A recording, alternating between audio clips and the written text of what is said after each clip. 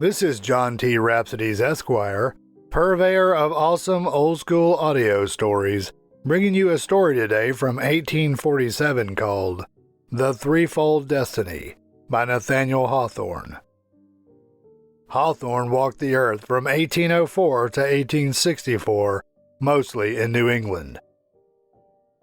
One question posed by this story is, have you ever had a premonition that came about in an unexpected way? Hear the words of old. The Threefold Destiny from 1847 by Nathaniel Hawthorne. In the twilight of a summer eve, a tall, dark figure, over which long and remote travel had thrown an outlandish aspect, was entering a village, not in fairyland, but within our own familiar boundaries. The staff on which this traveler leaned had been his companion from the spot where it grew in the jungles of Hindostan. The hat that overshadowed his somber brow had shielded him from the suns of Spain, but his cheek had been blackened by the red-hot wind of an Arabian desert and had felt the frozen breath of an Arctic region.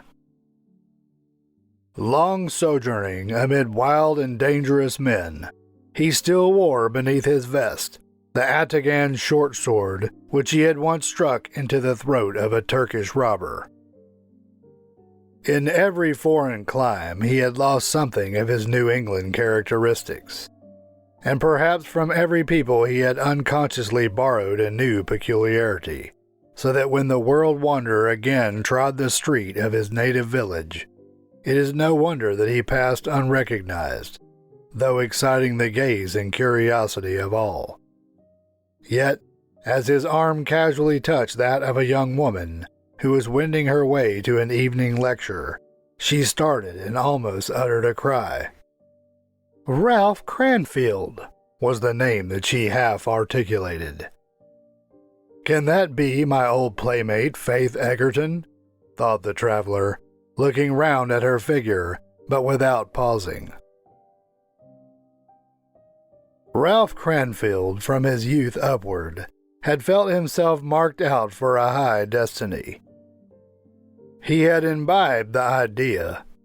We say not whether it were revealed to him by witchcraft, or in a dream of prophecy, or that his brooding fancy had palmed its own dictates upon him as the oracles of a sibyl, but he had imbibed the idea and held it firmest among his articles of faith that three marvelous events of his life were to be confirmed to him by three signs.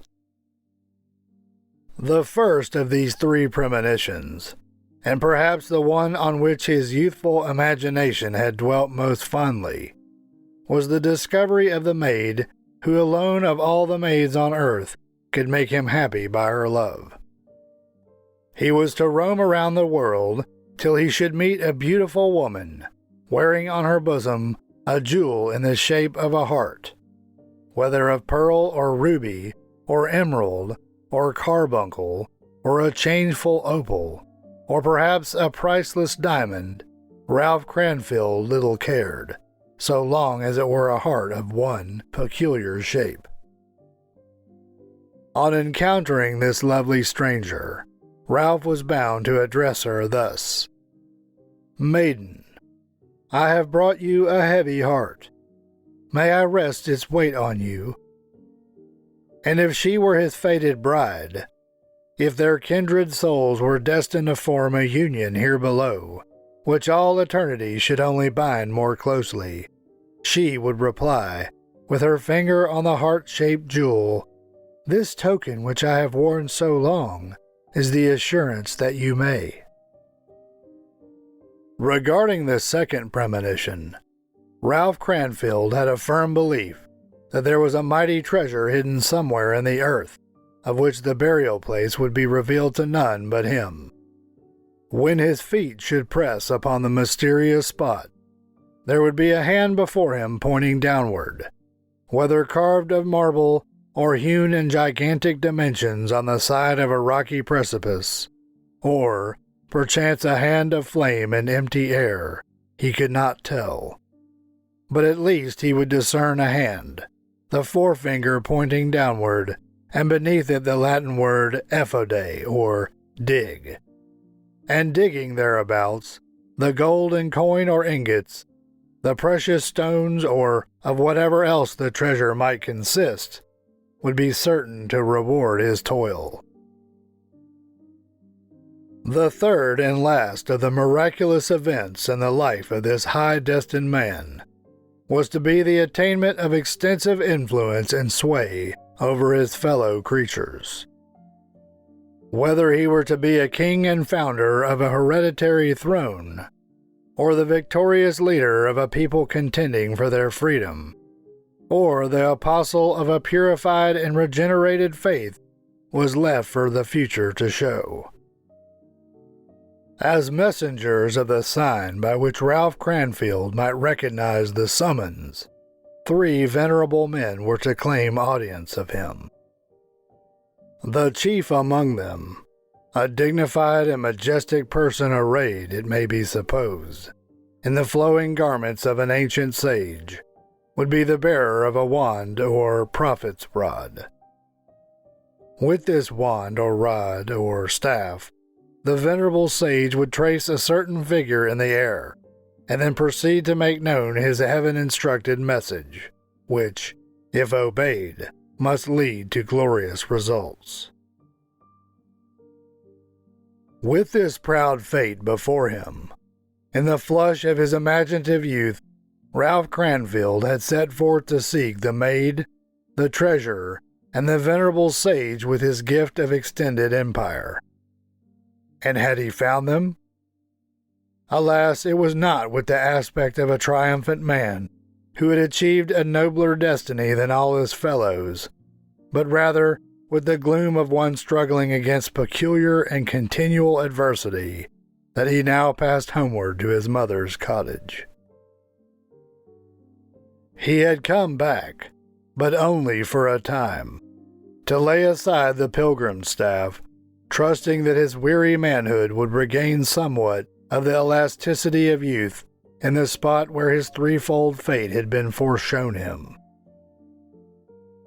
There had been few changes in the village, for it was not one of those thriving places where a year's prosperity makes more than the havoc of a century's decay, but, like a gray hair in a young man's head, an antiquated little town full of old maids and aged elms and moss-grown dwellings. Few seemed to be the changes here. The drooping elms, indeed, had a more majestic spread. The weather-blackened houses were adorned with a denser thatch of verdant moss, and doubtless there were a few more gravestones in the burial ground inscribed with names that had once been familiar in the village street.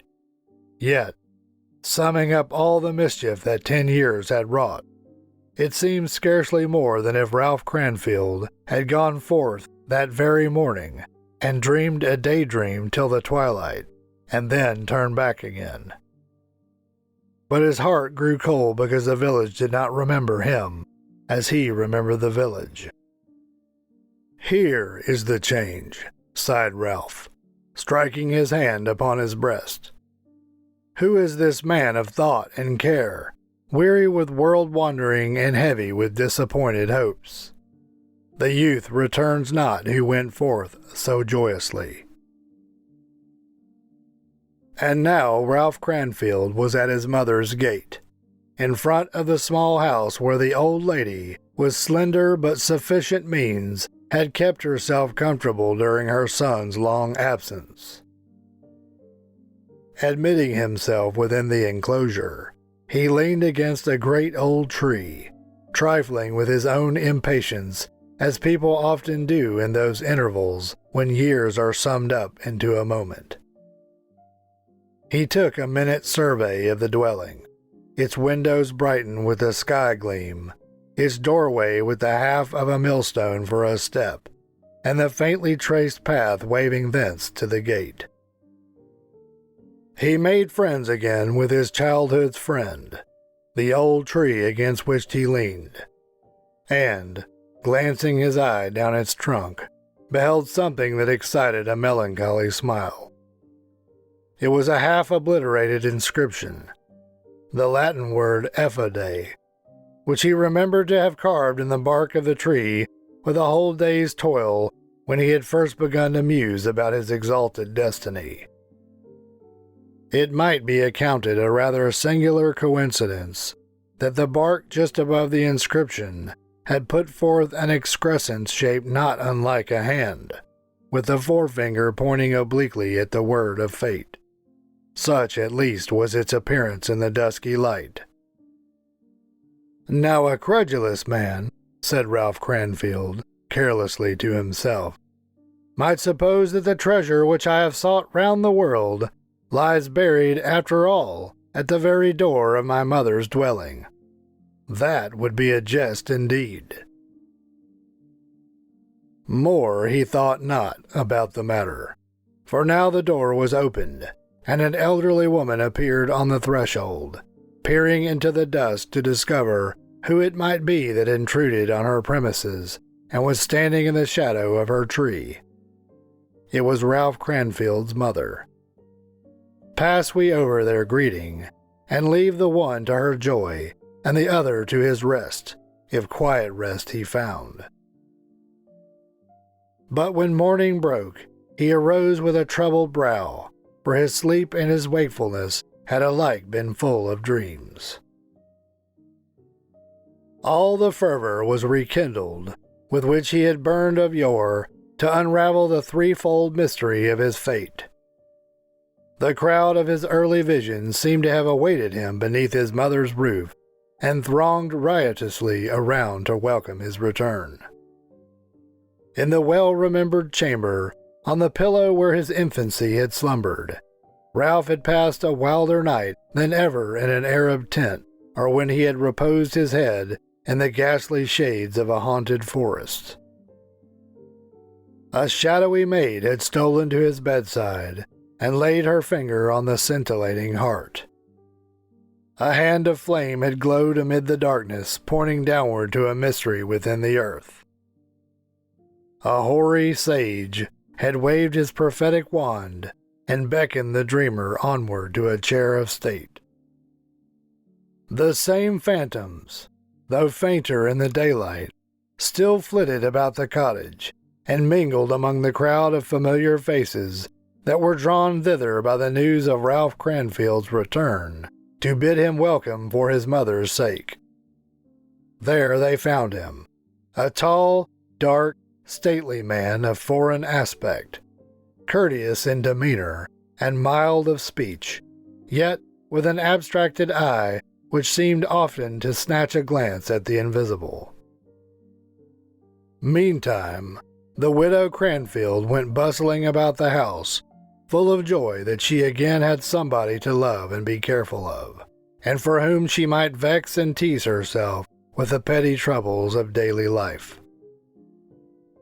It was nearly noon when she looked forth from the door and descried three personages of note coming along the street through the hot sunshine and the masses of elm tree shade. At length they reached her gate and undid the latch. "See, Ralph," exclaimed she, with maternal pride. "Here is Squire Hawkwood, and the two other selectmen coming on purpose to see you.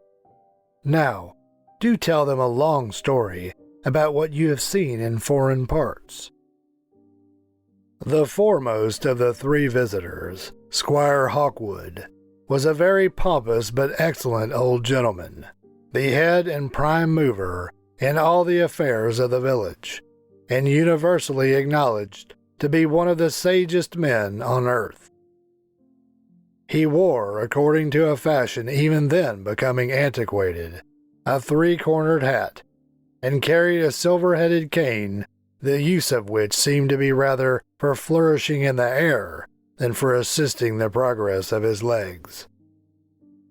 His two companions were elderly and respectable yeomen, who, retaining an anti-revolutionary reverence for rank and hereditary wealth, kept a little in the squire's rear. As they approached along the pathway, Ralph Cranfield sat in an oaken elbow chair, half unconsciously gazing at the three visitors and enveloping their homely figures in the misty romance that pervaded his mental world. Here, thought he, smiling at the conceit, here come three elderly personages, and the first of the three is a venerable sage with a staff. What if this embassy should bring me the message of my fate? While Squire Hawkwood and his colleagues entered, Ralph rose from his seat and advanced a few steps to receive them, and his stately figure and dark countenance as he bent courteously toward his guests had a natural dignity contrasting well with the bustling importance of the squire. The old gentleman, according to invariable custom, gave an elaborate preliminary flourish with his cane in the air, then removed his three-cornered hat in order to wipe his brow, and finally proceeded to make known his errand. "My colleagues and myself," began the squire, "are burdened with momentous duties, being jointly selectmen of this village. Our minds for the space of 3 days past have been laboriously bent on the selection of a suitable person to fill a most important office, and take upon himself a charge and rule which, wisely considered, may be ranked no lower than those of kings and potentates. And whereas you, our native townsmen, are of good natural intellect and well cultivated by foreign travel, and that certain vagaries and fantasies of your youth are doubtless long ago corrected, taking all these matters, I say, into due consideration, we are of the opinion that Providence hath sent you hither at this juncture for our very purpose." During this harangue, Cranfield gazed fixedly at the speaker, as if he beheld something mysterious and unearthly in his pompous little figure, and as if the squire had worn the flowing robes of an ancient sage instead of a square-skirted coat, flapped waistcoat, velvet breeches, and silk stockings. Nor was his wonder without sufficient cause, for the flourish of the squire's staff, marvelous to relate, had described precisely the signal in the air which was to ratify the message of the prophetic sage whom Cranfield had sought around the world. "And what," inquired Ralph Cranfield, with a tremor in his voice, "what may this office be which is to equal me with kings and potentates?" "No less than instructor of our village school," answered Squire Hawkwood, "the office being now vacant by the death of the venerable Master Whitaker after 50 years' incumbency." "I will consider of your proposal," replied Ralph Cranfield, hurriedly, "and will make known my decision within 3 days." After a few more words, the village dignitary and his companions took their leave. But to Cranfield's fancy, their images were still present, and became more and more invested with the dim awfulness of figures which had first appeared to him in a dream, and afterward had shown themselves in his waking moments, assuming homely aspects among familiar things. His mind dwelt upon the features of the squire, till they grew confused with those of the visionary sage, and one appeared but the shadow of the other. The same visage, he now thought, had looked forth upon him from the pyramid of Cheops. The same form had beckoned to him among the colonnades of the Alhambra. The same figure had mistily revealed itself through the ascending steam of the great geyser. At every effort of his memory, he recognized some trait of the dreamy messenger of destiny in this pompous, bustling, self-important little great man of the village. Amid such musings, Ralph Cranfield sat all day in the cottage, scarcely hearing and vaguely answering his mother's 1,000 questions about his travels and adventures. At sunset, he roused himself to take a stroll, and, passing the aged elm tree, his eye was again caught by the semblance of a hand pointing downward at the half-obliterated inscription. As Cranfield walked down the street of the village, the level sunbeams threw his shadow far before him, and he fancied that, as his shadow walked among distant objects, so had there been a presentiment stalking in advance of him throughout his life. And when he drew near each object over which his tall shadow had preceded him, still it proved to be one of the familiar recollections of his infancy and youth. Every crook in the pathway was remembered. Even the more transitory characteristics of the scene were the same as in bygone days. A company of cows were grazing on the grassy roadside, and refreshed him with their fragrant breath. "Ah, it is sweeter," thought he, "than the perfume which was wafted to our ship from the Spice Islands." The round little figure of a child rolled from a doorway and lay laughing almost beneath Cranfield's feet. The dark and stately man stooped down, and, lifting the infant, restored him to his mother's arm.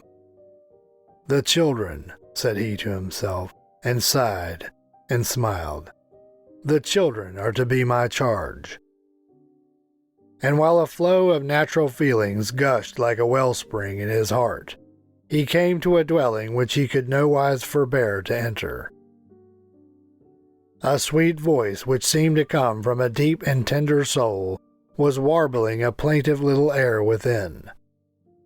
He bent his head and passed through the lowly door. As his foot sounded upon the threshold, a young woman advanced from the dusky interior of the house, at first hastily, and then with a more uncertain step, till they met face to face. There was a singular contrast in their two figures. He, dark and picturesque, one who had battled with the world, whom all suns had shone upon, and whom all winds had blown on a varied course. She, neat, comely, and quiet even in her agitation, as if all her emotions had been subdued to the peaceful tenor of her life. Yet their faces, all unlike as they were, had an expression that seemed not so alien, a glow of kindred feeling flashing upward anew from half-extinguished embers. "You are welcome home," said Faith Egerton. But Cranfield did not immediately answer, for his eye had been caught by an ornament in the shape of a heart which Faith wore as a brooch upon her bosom. The material was of ordinary white quartz, and he recollected having himself shaped it out of one of those Indian arrowheads which are so often found in the ancient haunts of the local natives.